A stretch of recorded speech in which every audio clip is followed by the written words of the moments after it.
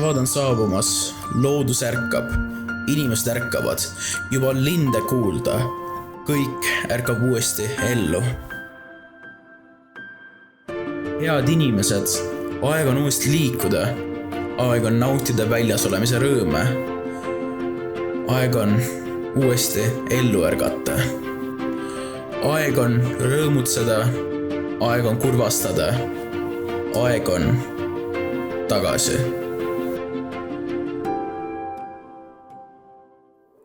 COVID-19 on meid kõiki koju surunud, arvutiekraani taha.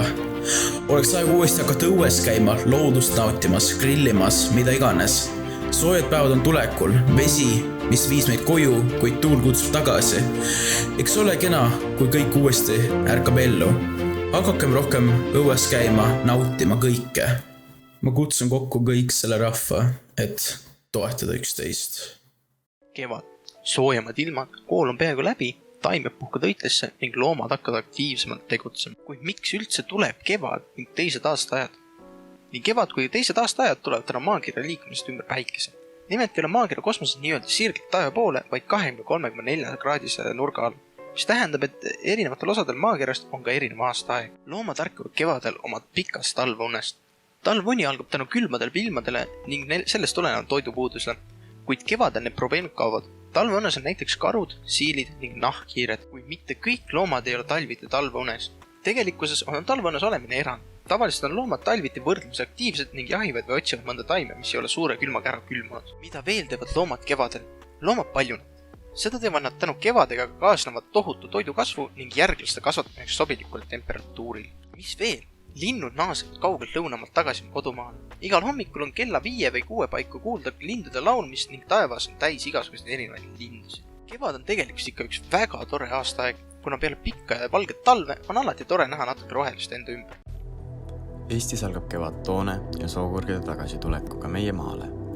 Esimestel päikesepesteltel ilmadel hakkavad kasvama kevadlilled ning maa tõmbub roheliseks. Seda näitab väga hästi see, et taimetoitu tarbivad loomad hakkavad niitudel, põldudel ja luhtadel endale toitu otsimas käima. Metskits. Metskits on Eestis üks levinumaid taimetoitlasi, keda võib tihti näha niitudel ja põldudel endale süüa otsimas. Veebruari lõpp ja kevad algus hakkavad metskitsedel kasvama sarved, mis on alguses karvased. Metskits kuulub hirvlaste sugukonda.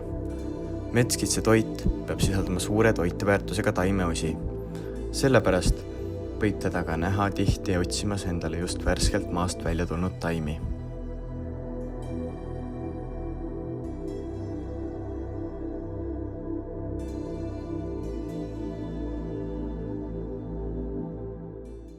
Tere tulemast Audrusse, koht, millest mitte keegi pole kuulnud ja mis asub 130 kilomeetrit Tallinnast eemal.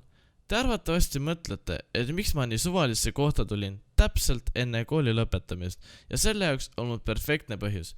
Kuna mitte keegi enam ei viitsi 4 seina taga õppida, kuna kooli lõpuni on jäänud alla 2 kuud. Ja jõudes Audrusse, ma sain korraga aru, et olen puhkekohaks valinud õige koha. Alguses, kui Audrusse jõudsin, kartsin, et selle videoks napib mul sisu, kuna ma ei teadnud, mida siit oodata. Aga lõpuks nägin ära, et seal on ikka üht-teist, mida filmida.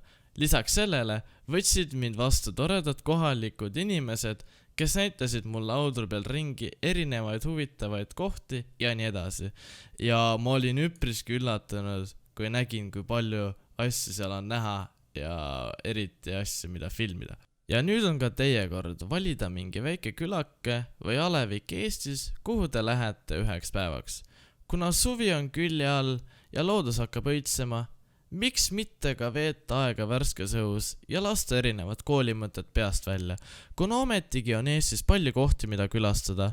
Või nagu meie kallid poliitikud ütleksid. Kuulge, Eestis on vaja toetada sisetarbimist. See siin on Kostivere karstiala. Kostivere karstiala on praeguse oluga väga hea külastus, sest praegu pandeemia on suht palju probleeme tekitanud ning ma arvan, et see sobib, sest siin saab mõtteid puhastada ja võtta veidi aega maha ning loodust nautida. Kostivere karstiala on Eesti tuntuim ja Harjumaa suurim, mille pindala on 125 hektarit.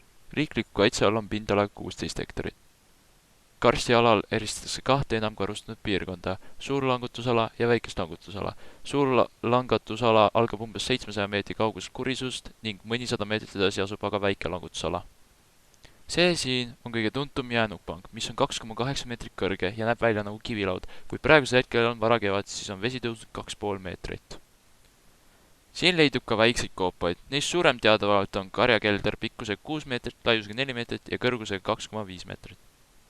Karstiväljal on 2-3 suurveeaega aastas, varakevadel ja sügisel, vahel ka vihmarohkelt suvel.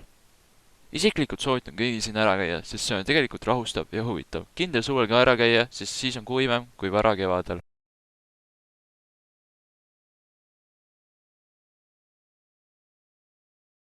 Hei, ma näitan üht väga mõnnat õuetegevust. Teen ühe rahustava looduse mandalakese, mida saate kõik järgi teha. Saate seda teha mõnusalt omas elemendis, nagu mina siin terve video jooksul olen.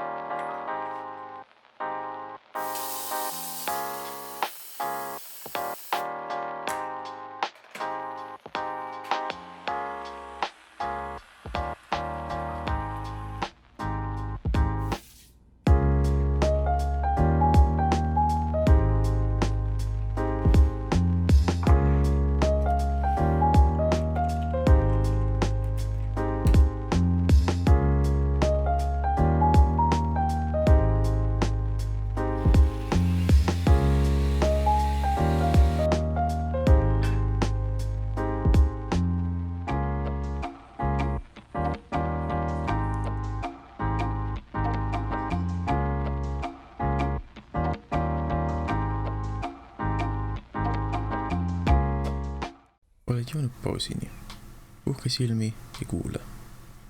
Öösel rändamine, kui võimalik, võib olla väga vabastav. Ei ole tänaval rändavaid inimesi, keda peaksid vältima, et saada punktist A punkti B.